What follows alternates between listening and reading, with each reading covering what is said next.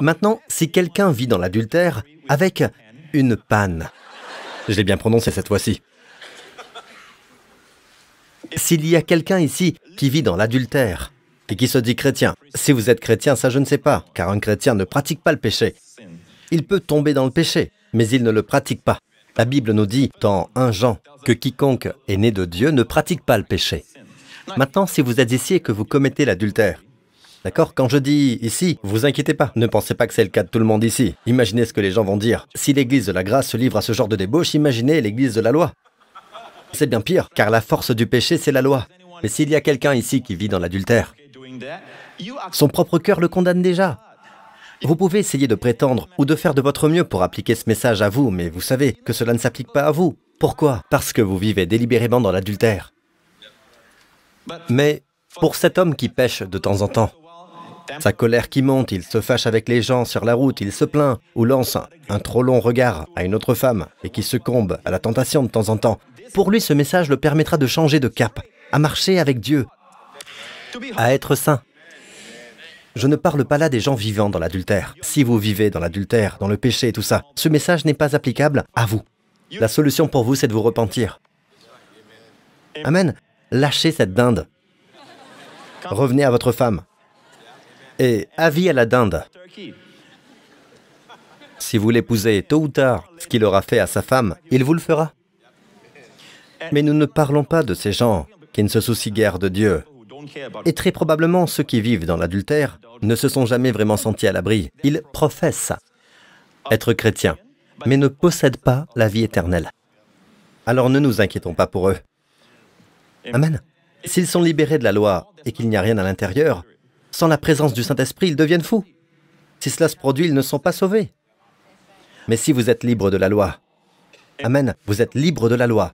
Devinez quoi? C'est le Saint-Esprit qui vous dirige. La loi dit de ne pas commettre d'adultère. La loi ne dit jamais d'aimer sa femme, ni d'être patient avec elle quand elle parle. La loi ne dit jamais de l'écouter. À l'inverse, le Saint-Esprit dira « écoute-la ». Cesse de toujours lui donner des conseils, mais sois pour elle un mari, pas un conseiller, et surtout pas un prédicateur.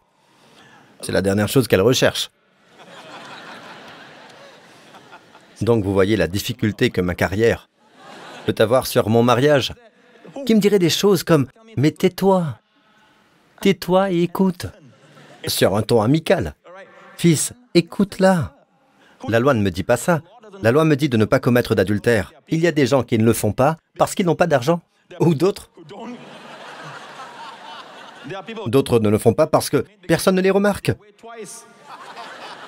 Et ensuite ils disent qu'ils ne commettent pas l'adultère quand en fait personne ne veut le faire avec eux. Bon.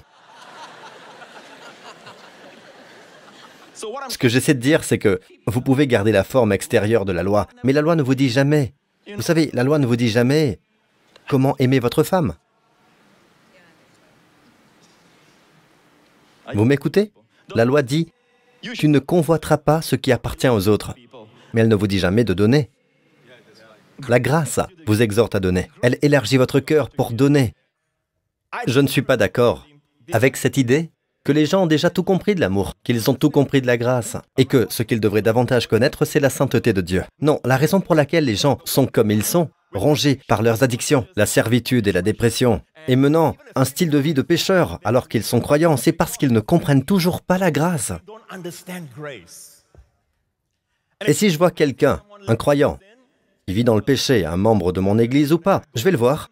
S'il me dit, bon, personne ne me l'a encore dit, mais si jamais quelqu'un me dit, « Pasteur, je sais que je vis dans l'adultère, mais vous savez, Dieu le permet et je suis sous la grâce. » Personne ne m'a jamais dit ça. Mais c'est arrivé à d'autres prédicateurs. Parce que si quelqu'un me dit qu'il est sous la grâce, je lui dirai, « Mon ami, répète un peu. Vous êtes sous la grâce parce que la Bible dit dans Romains 6, 14, regardez à l'écran, la grâce, quand vous êtes sous la grâce, le péché, en effet, le péché n'aura pas de pouvoir sur vous puisque vous n'êtes plus sous la loi, mais sous la grâce. Si quelqu'un arrive et dit, « Pasteur Prince, et si quelqu'un vit dans le péché, bien, il est marié, Et c'est un leader dans l'église, et il commet l'adultère. Vous savez quoi? Réglez le problème. N'utilisez pas la chair, mais affrontez la personne. Ne soyez pas un lâche. Ne vous cachez pas derrière la chair pour passer des remarques à un millier de personnes afin d'atteindre une seule de ces personnes. Les autres vont se demander, oui, mais qu'est-ce qu'il a le pasteur? Pourquoi il est si en colère avec nous tous? La chair est utile pour nourrir, pas pour frapper. Si une correction s'impose, il ne faut pas corriger avec violence, mais par amour. Si toutefois un leader vit dans l'adultère, c'est quelque chose qui est déjà arrivé dans le passé. Nous enverrons des leaders confronter la personne face à face. Ce qui est étonnant, c'est que lorsque les gens vivent dans le péché, ils ne peuvent pas demeurer dans l'environnement de la grâce. N'est-ce pas étonnant? Quand on vit sous la loi écrite sur une pierre, sur 2 tablettes de pierre, cela, ils l'acceptent aisément. Mais pas ce sauveur aimant, présenté à la chair de l'Église. Souvent, quand ils sont dans l'adultère, ils quittent l'Église. Ils sentent qu'ils ne peuvent plus continuer. C'est la puissance de la grâce. Et ce n'est pas pour encourager les gens à pécher, car ce n'est que lorsqu'ils vivent sous la grâce et non sous la loi que le péché n'aura pas de pouvoir sur eux. Et tout le peuple dit... Maintenant, il n'est pas nécessaire que je vous dise, n'est-ce pas, que si vous vivez dans l'adultère, s'il y a quelqu'un qui vit dans le péché, d'accord, vous ne pouvez pas réclamer toutes ces choses en bonne conscience, parce que la foi provient d'une bonne conscience. N'est-ce pas? Amen, Pasteur Prince. Alors laissez tomber cette panne et ayez une longue vie. D'accord? Il est très difficile de marcher avec Dieu quand en vous, il y a comme une guerre civile. Vous êtes né de nouveau. Et pourtant, vous ne faites pas le bien. Montez, montez plus haut, là où vous êtes accepté. Il n'y a pas de quoi avoir honte. Rien à prouver, rien à défendre. Quelle vie! Quelle vie! Amen. Vous serez tenté, mais votre appel est beaucoup plus précieux, tout comme votre onction et votre paix. Elles sont trop précieuses pour être sacrifiées pour quelques instants de plaisir. Nul besoin de le dire. Mais je vais le dire quand même. Peut-être il y a quelqu'un qui a besoin d'entendre cela. C'est très dur pour vous de vous approcher, de vous blottir sous ses ailes et de trouver refuge sous son plumage et d'y emmener cette femme qui n'est pas votre épouse. Votre cœur vous condamnera. Vous savez que votre cœur vous condamnera. Vous ne pouvez pas lui dire « T'inquiète pas, tu seras protégé toi aussi ».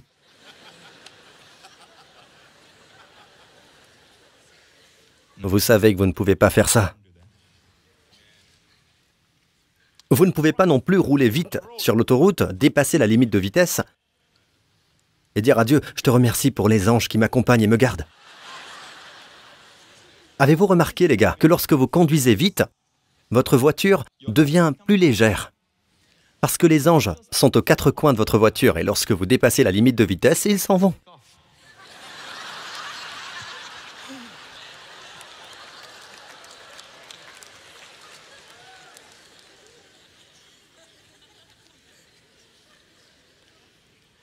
Je n'ai pas besoin de le dire. Je n'ai pas à le dire. C'est une chose de savoir que nous ne péchons pas délibérément. Mais il n'y a aucun doute que vivre avec une autre femme dans l'adultère, c'est vivre dans le péché. Vous aurez toujours de mauvaises pensées, de temps en temps, de mauvais sentiments à un moment donné. Pour ces choses, mes amis, vous pouvez toujours vous reposer sur cette vérité que vous êtes la justice de Dieu en Christ et que vous n'êtes pas sous la colère de Dieu. Amen.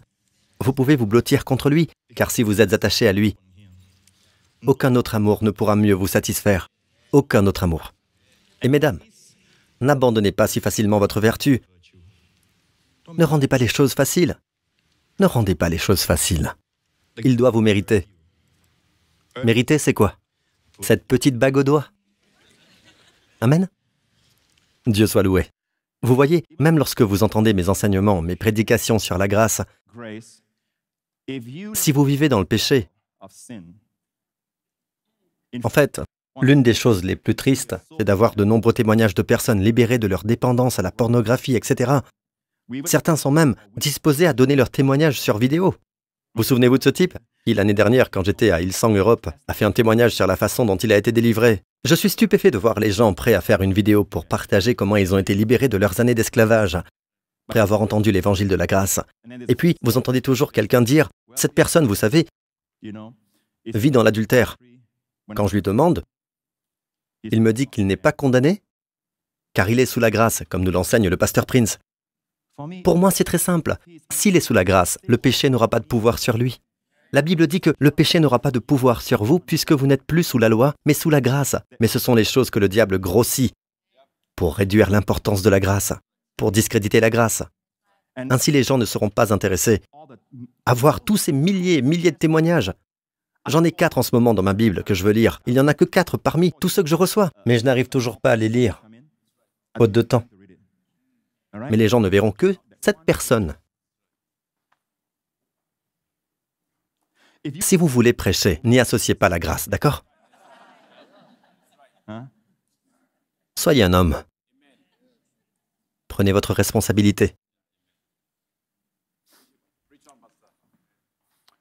Le diable veut priver les gens de la vérité, vous savez. Allez, méditez pour comprendre le sens de ce verset. En effet, le péché n'aura pas de pouvoir sur vous, puisque vous n'êtes plus sous la loi, mais sous la grâce. Donc si vous êtes sous l'emprise du péché, vous n'êtes pas encore sous la grâce. Il y a une distorsion là, il y a quelque chose qui ne tourne pas rond. Et je dis toujours que si vous vivez dans l'adultère, eh bien, vous êtes auto-condamné. Ce n'est pas la foi de cette Église, d'accord? Je ne vous condamne pas. Je condamne votre action. Amen. Et je prie pour que vous vous réveilliez et que vous laissiez tomber cette dinde. Retournez auprès de votre femme. Si vous croyez avoir quelque chose de nouveau du côté de la dinde, après l'avoir épousée, elle deviendra comme votre femme aussi. Ou pire. C'est très probable.